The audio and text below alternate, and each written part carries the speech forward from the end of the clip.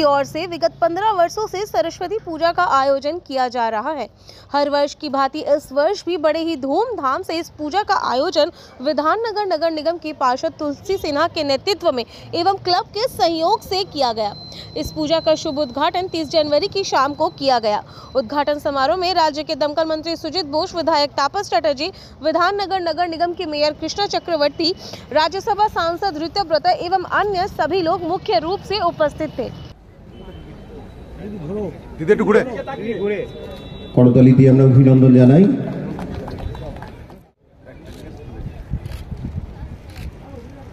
সরস্বতী পুজোর প্রধান পৃষ্ঠপোষক তথা বিধাননগর ঐক্যের তিনি সমস্ত পৃষ্ঠপোষকতা করেন বিধাননগর পৌর নিগমের মেয়র পরিষদ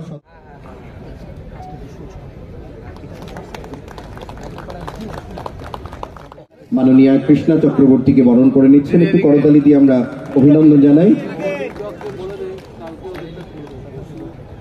উত্তরীয় চারাগাছ বিধাননগর ঐক্যর উদ্যোগে যে সরস্বতী পুজোর আয়োজন হয়েছে, এটা আমাদের এখানকার পৌর প্রতিনিধি তুলসী সিনহারা এটা খুব বড় করে প্রত্যেক বছরই পুজোটা করে। এখানে আমি মেয়র, বিধাননগরের কৃষ্ণা চক্রবর্তী সহ ডেপুটি মেয়র সহ সকলেই পৌর প্রতিনিধিরা এখানে এসছেন, বিভিন্ন জায়গায় দায়িত্বপ্রাপ্ত মানুষরা এসছেন। খুব ভালো পুজো, এটা ভালো অর্গানাইজ করে। আর সরস্বতী পুজোটার সঙ্গে একটা নস্টালজিক ব্যাপার আমাদের ছোটোবেলার আছে। কেন ছোটোবেলায় আমরা যখন দুর্গা পুজো করতাম না, সরস্বতী পুজো দিয়েই আমাদের শুরু ছিল। খুব ভালো লাগে সরস্বতী পুজোর সামনে। এবারে 2 এবং 3 দুদিনই পড়েছে, তার আগে উদ্বোধন হয়ে যাচ্ছে। বিধাননগরে অনেকগুলো ভালো পুজো হয়, ঐক্য তাদের মধ্যে একটা অন্যতম।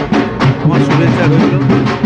আর ঈশ্বরের কাছে, দেবীর কাছে এইটাই প্রার্থনা করি, দেবী সবাইকে ভালো বুদ্ধি দিক, ভালো শক্তি দিক, আর সবাইকে খুব ভালো জ্ঞান দিক, এটাই চাই। तो माने वो उत्सव माने जितना उत्सव होता है वो उत्सव में लोग शामिल होता है। लोग तो से पूजा ही होता है।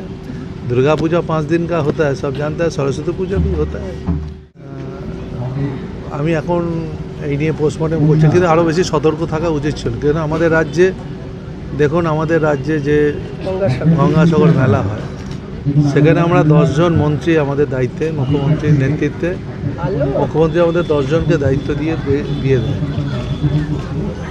আমাদের হয়তো গঙ্গাসাগরতে কুম্ভের লোক বেশি হয়েছে, কিন্তু একটা জিনিস মনে হবে, যে লোকটা আমাদের এখানে হয় আর এই যে গঙ্গা পেরিয়ে লোক যায়, এই যে বাবুঘাট থেকে শুরু হয় লোক যাওয়া, প্রত্যেকটা জায়গায় পুলিশের ম্যানিং, দমকলের ডিজাস্টার, সব জায়গায় লোকরা যেভাবে ডিউটি করে, আমার মনে হয় কুম্ভতে অনেক বেশি সতর্ক থাকা উচিত ছিল।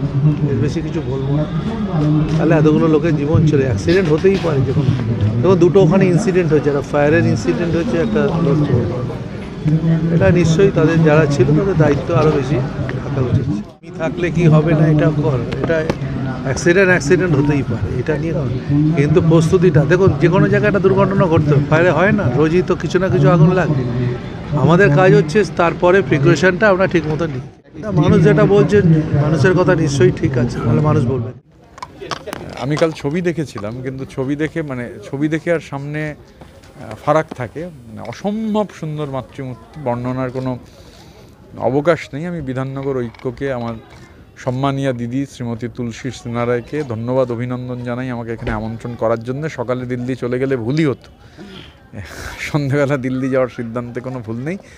কালকে সকালে আসলে অধিবেশন শুরু 10টায়, স্বাভাবিকভাবে এখন চলে যেতে হবে। কিন্তু এই যে পরিবেশ এবং শুধুমাত্র চমৎকার মণ্ডপ বা এর অপরূপ মাতৃমূর্তি নয়, এই যে বাগদেবীর আরাধনা করতে গিয়ে ছোট ছোট বাচ্চাদের হাতে পড়াশুনোর সামগ্রী তুলে দেওয়ার যে কাজ বিধাননগর ঐক্য করছে, এবং নানান ধরনের এই কাজ ওনারা করে থাকেন, ওনাদের আবারও আন্তরিক অভিনন্দন। এই কাজ আরও দীর্ঘজীবী হোক, শক্তিশালী হোক। আর কিছু নেই, গোটা দেশের মানুষের নাভিশ্বাস উঠে গেছে। গত 10 বছরে অন্য সব ছেড়ে দিন, 14 লক্ষ কোটি টাকা হচ্ছে ঋণ বড় বড় কর্পোরেটদের সরকার মুছে দিয়েছে। কারণ বাজেটটা, কাল তো বাজেট নয়, কাল প্রেসিডেন্টস অ্যাড্রেস, বাজেট হচ্ছে পরশু। তো পরশু, কালকে ইকোনমিক সার্ভে পাওয়া যাবে, পরশু বাজেট পেশ করার পরে হচ্ছে প্রতিক্রিয়া আমরা দিতে পারবো, তার আগে তো না দেখে। তবে এটুকুই বলতে পারি যে 14 লক্ষ কোটি টাকার ঋণ হচ্ছে রাইট অফ হয়েছে গত 10 বছর। এই হচ্ছে গভর্নমেন্টের এজেন্ডা।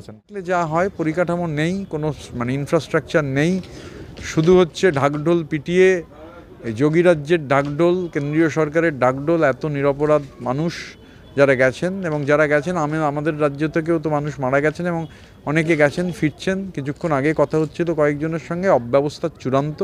কোনো ইনফ্রাস্ট্রাকচার না থাকলে যা হয়, পরিকাঠামো নির্মাণে সরকার সম্পূর্ণ যে ব্যর্থতা কুম্ভমেলায় আবার প্রমাণিত হয়েছে। বলুন, ইঞ্জিনিয়ার বলুন বা লয়ার বলুন, কিছু না কিছু ক্ষেত্রে তাদের পারদর্শিতাটাকে আমি কুর্নিশ জানাই। তা এই মেয়েটি রিমিতা সাহা, তিনি হচ্ছেন আমাদের কর্পোরেশনেরই একজন মানে একজন মানুষ, যিনি আমাদের কর্পোরেশনের কন্ট্রাক্টর, একজন যিনি ইলেকট্রিক্যাল এবং জলের কন্ট্রাক্টর করে থাকেন দীর্ঘ 25 বছর আমি তাকে চিনি। তার সুযোগ্যা 2 কন্যা, রিমিতা সাহা আর তার বোন। রিমিতা সাহা এই পশ্চিমবঙ্গ থেকে যে 4 জন মহিলা আইএস হয়েছেন তার মধ্যে একজন মধ্যমগ্রামের বাসিন্দা। তার বোন মেডিকেল কলেজে 3rd ইয়ার পড়ছে। মানে অসাধারণ একটা কম্বিনেশন। আমি মনে করি যে এই মধ্যমগ্রামের মতন জায়গায় থেকে তার যে দৃষ্টিভঙ্গিটা হচ্ছে যে আমাকে সফল হতে হবে, একটা জিল, যে আমাকে সফলতম একজন নারী হতে হবে, তার জন্য তার যে প্রচেষ্টা, তার যে পড়াশোনা করার যে তার তাগিদ, সেই তাগিদটাকে কুর্নিশ জানানোর জন্যই আজকে তাকে আমি নিয়ে এসেছি এখানে বিধাননগর ঐক্য ক্লাবের মঞ্চে। এবং সবথেকে বড় কথা, তাকে আমরা একটা শোকেস করতে চাই, মহিলাদের কাছে তার একটা বার্তা পৌঁছাতে চাই যে সব কিছু সম্ভব, অসম্ভব বলে কিছু নেই। শুধু আমাদের মনে মানসিকভাবে একটা স্বপ্ন দেখতে হবে, সেই স্বপ্নটা পূরণের জন্য আমাদেরকে কঠোর পরিশ্রম করতে হবে। সুতরাং সেই পরিশ্রম রিমিতা সাহা করেছে। তার বাবা মাকেও অনেক ধন্যবাদ তার পাশে থাকার জন্য, এবং তিনি আজকে আমাদের মঞ্চ আলো করেছেন, তার জন্য তাকে অনেক অনেক ধন্যবাদ। আমরা ভীষণভাবে কৃতজ্ঞতা জানাই মাননীয় মন্ত্রী শ্রী সুজিত বসু মহাশয়কে। তার ব্যস্ততম শিডিউল থেকে তিনি আজকে এখানে অনেকটা সময় দিয়েছেন, মহানাগরিককে কুর্নিশ জানাই তার সময় দিয়েছেন। এবং সর্বোপরি আমাদের রাজারহাট নিউ টাউনের বিধায়ক আমাদের শ্রী তাপস চট্টোপাধ্যায়, তিনি আমাদের মাঝে এসেছেন, অনেকটা সময় দিয়েছেন। সমস্ত আমার পৌর প্রতিনিধি বোনেরা, ভাইরা যারা এখানে এসেছেন, তাদেরকে আমার জানাই। এবং আরও আনন্দ লেগেছে যে আমাদের একদম সদ্য রাজ্যসভায় নির্বাচিত সাংসদ ঋতব্রত বন্দ্যোপাধ্যায় এখানে এসেছেন, খুব ভালো লেগেছে। আজকে সত্যি অনুষ্ঠানটা সার্থক, প্রথমত রিমিতার জন্য, দ্বিতীয়ত সমস্ত গুণীজন ব্যক্তিরা আজকে মঞ্চ আলো করেছে। প্রথমত আমি বলি যে আমাদের ভারতের যে সংবিধান আছে, সেই সংবিধানে 1 ভোট 1 দেশ এরকম কিছু লেখা নেই, সংবিধানে এরকম কোনো কথা লেখা নেই। আর আমি মনে করি যে এই যে একটা মানে ডিক্টেটরশিপ জারি করবার জন্য যেটা করার দরকার, ভারতবর্ষের ডেমোক্রেসিকে শেষ করে দিয়ে একটা ডিক্টেটরশিপ আনার যে ব্যবস্থা হচ্ছে তার প্রতিবাদ করি। ইন্দিরা গান্ধীর পুরো সরকার কিন্তু পতন হয়েছিল, তো ভারতবর্ষের মানুষও কিন্তু এটাকে পছন্দ করেনি। গণতান্ত্রিক প্রক্রিয়াটাই মানুষ পছন্দ করে।